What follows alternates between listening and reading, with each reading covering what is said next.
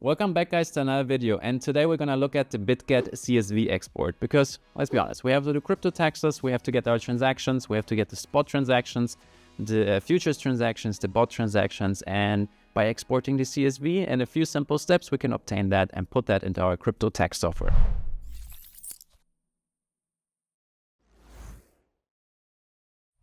Now, once we are in our browser at bitget.com and we logged in our account, we will be greeted on the home page, and all you have to do to get your CSV is follow on the top the icon with the file and the clock icon, and this is all the transaction histories. If you click on spot orders, then you will be led to this site where you have to click on fund flow. Once you clicked on fund flow, you will find the download button on the top right, and you click that.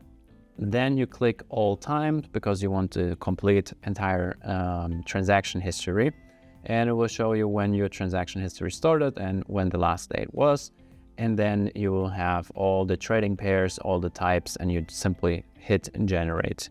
Bitget is very generous with how many reports you can generate. Mostly other exchanges are not that generous, so if you click that, you have 100 reports you can generate a month.